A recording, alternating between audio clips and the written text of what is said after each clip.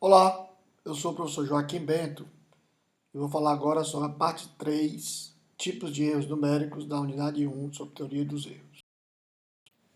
Bom, naturalmente, o conceito de erro mais simples é o chamado erro absoluto, onde o erro é dado pela diferença de um valor conhecido, x, sobre um valor aproximado, x bar.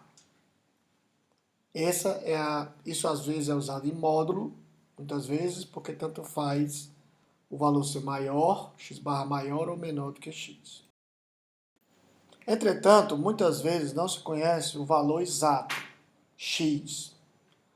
Por isso, ao invés de uma equação, se parte para uma inequação, onde o valor do erro absoluto é a x, que é dado por x menos x barra, é menor do que um epsilon, que é um limitante para esse erro. Por exemplo, sabe-se que o π está entre 3,14 e 3,15. Então, mesmo que eu não saiba o valor exato de π, eu sei que o erro absoluto do valor do π exato menos o π aproximado vai ser menor do que 0,01, que é a diferença entre 3,15 para 3,14. Entretanto, muitas vezes o erro absoluto é insuficiente para descrever a precisão de um cálculo. Por exemplo, suponha que eu tenho um número x com x barra igual a 2112,9 e o erro absoluto do x é menor do que 0,1. E o número y, onde o y barra é 5,3, onde o erro absoluto também é menor do que 0,1. Então, o erro dos dois tem a mesma precisão, menor do que 0,1. Mas 0,1 tem um efeito muito maior em 5,3 do que em 2112,9. Então, o x e o y não são representados com a mesma precisão.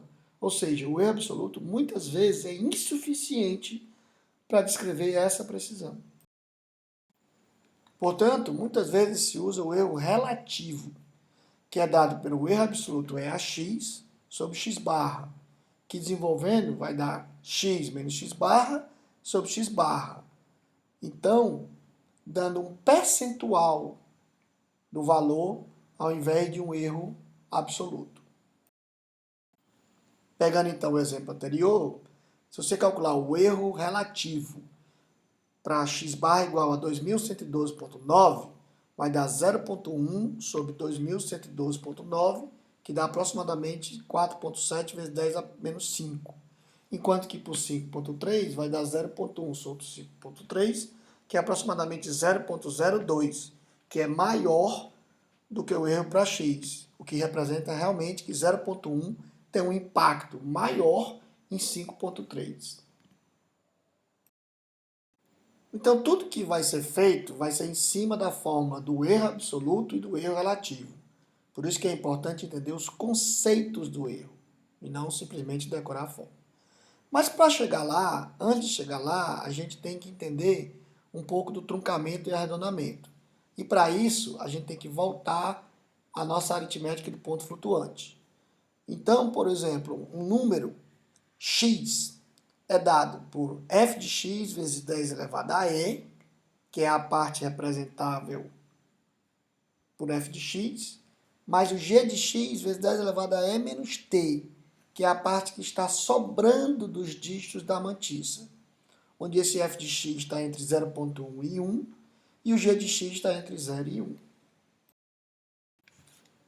Explicando melhor, se você tem na base 10, para 4 dígitos da mantissa, o número 234,57, você vai ter a parte 0,2345 vezes 10 a terceira, que é representada pelos 4 dígitos da mantissa, mais 0,7 vezes 10 a menos 1, que é a parte que está sobrando dos 4 dígitos da mantissa. Então, você tem que o f de x é 0,2345 e o g de x é 0,7. Essa parcela g de x vezes 10 elevado a e menos t não pode ser incorporada totalmente à mantissa de x.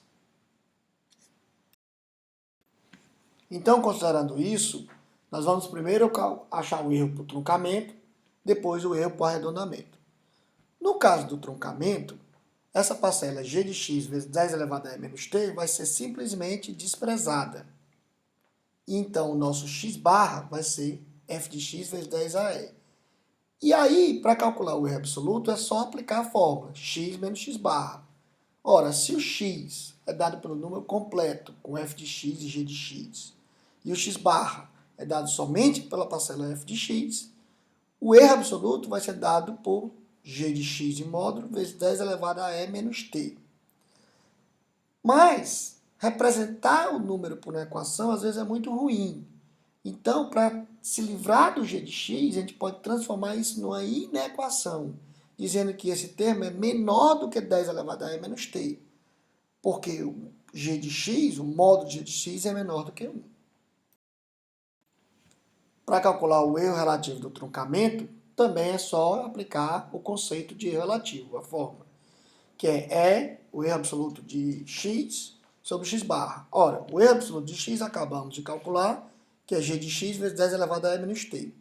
E o x barra também já achamos, que é o f de x vezes 10 elevado a e.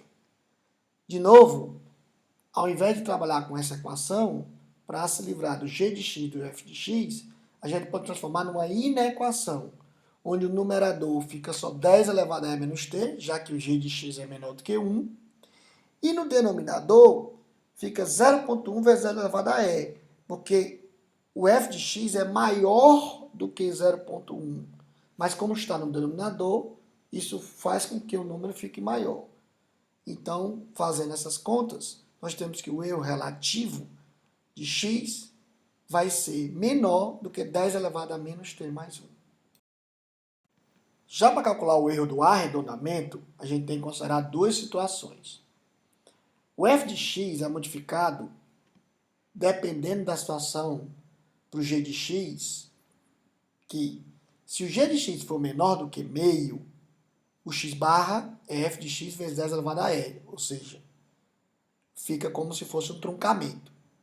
Se o g de x for maior ou igual a meio, o x barra fica f de x vezes 10 elevado a e mais 10 e menos t, porque o g de x vai para 1, que é como se fosse o arredondamento como a gente conhece. Isso é chamado de arredondamento simétrico. Você poderia usar qualquer outro tipo de arredondamento, não precisava ser necessariamente meio, mas é por isso que nós estamos acostumados a usar o meio. Mas é importante saber a teoria, é que você pode usar o seu próprio arredondamento. Ao invés de ser simétrico, você podia usar 0,3, 0,4, enfim. Então, para calcular o erro, você considera as duas situações. Vamos começar quando o g de x é menor do que meio. Bom, se o g de x é menor do que meio, eu vou simplesmente aplicar o conceito de erro absoluto, que vai ser x menos x barra. Ora, cai no mesmo caso do truncamento. Então, vai ficar g de x vezes 10 elevado a e menos t. Com a diferença que aqui, o g de x é menor do que meio e não menor do que 1 como no truncamento. Então, o erro absoluto fica menor do que meio vezes 10 elevado a e menos t. No caso do erro relativo, também aplicando os conceitos de erro relativo, vai ficar o erro absoluto sobre x barra. E também, da mesma maneira do truncamento, vai ficar g de x vezes 10 elevado a e menos t no numerador e f de x vezes 10 elevado a e no denominador, que vai ser menor do que meio agora, diferentemente de 1 no truncamento vezes 10 elevado a e menos t, e o mesmo valor embaixo do truncamento, que é 0,1 vezes 10 elevado a menos t, que vai ser igual a meio vezes 10 elevado a menos t mais 1. Note que a única diferença que aconteceu do arredondamento para o truncamento foi essa multiplicação por meio, tanto no erro absoluto como no erro relativo, ao invés de 1 no truncamento. Já se o g de x for maior ou igual a meio, fica um pouquinho mais complicado, mas simplesmente vamos aplicar o conceito de erro. Então, o erro absoluto de x vai ser, de novo, x menos x barra, que vai ser o x, vai ser a parcela considerando o f de x e o g de x. Já o x barra vai ser a parcela de f de x mais o 10 elevado a menos t, quando o g de x é igual a 1.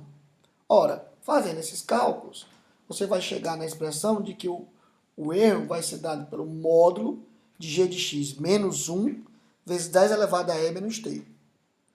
De novo, para eu transformar isso numa inequação para trabalhar melhor, isso vai ser menor ou igual a meio vezes 10 elevado a e menos t. Por quê? Porque se o g de x é maior ou igual a meio, g de x menos 1 é menor do que meio. Então fica o erro absoluto de x menor ou igual a meio vezes 10 elevado a e menos t. Já no caso do erro relativo, de novo, vamos só aplicar os conceitos. Vai ficar o erro absoluto de x sobre x barra, e transformando na equação, vai ser menor ou igual a meio vezes 10 elevado a e menos t no numerador, e no denominador vai ficar f de x vezes a e mais 10 elevado a e menos t. E aí, você pode eliminar o 10 elevado a e menos t.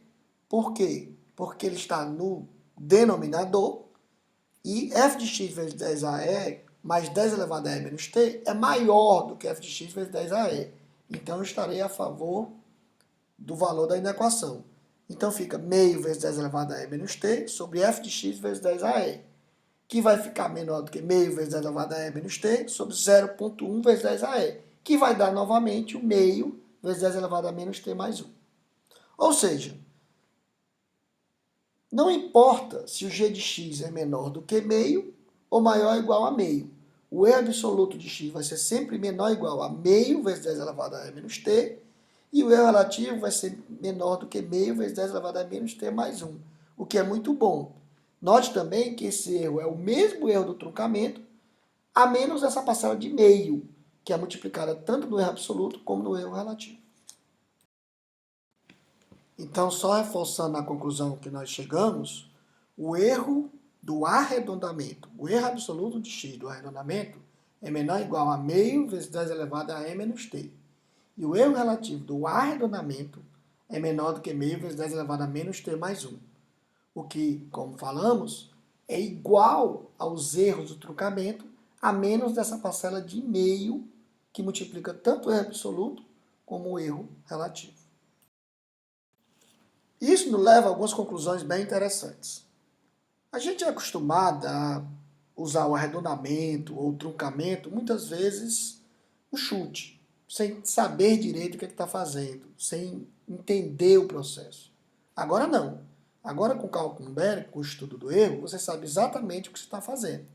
Ou seja, o erro absoluto e o erro relativo, ou seja, o erro do arredondamento, é menor do que o erro do truncamento.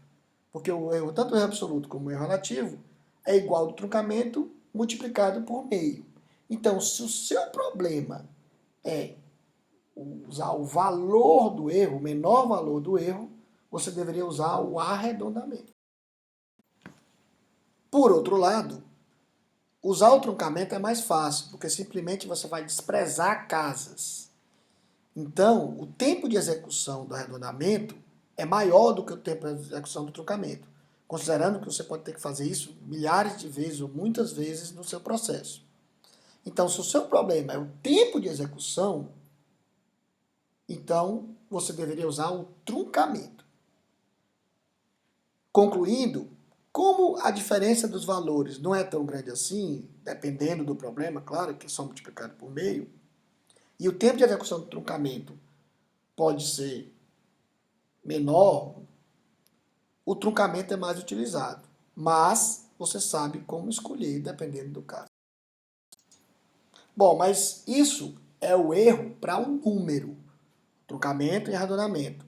Se eu tiver uma sequência de operações, por exemplo, u igual a x mais y menos z, você tem que saber como é que o erro se propaga ao longo dessas operações, que é o que nós vamos ver mais para frente.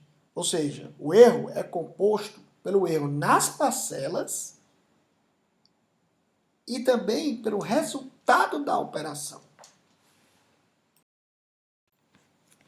Portanto, para eu calcular o erro total de uma operação, eu devo levar em consideração o erro em cada uma das parcelas, x, y, z, e também pelo erro no resultado da operação, ou seja, a soma x mais y, a diferença, entre outros, que é o que nós vamos ver mais para frente.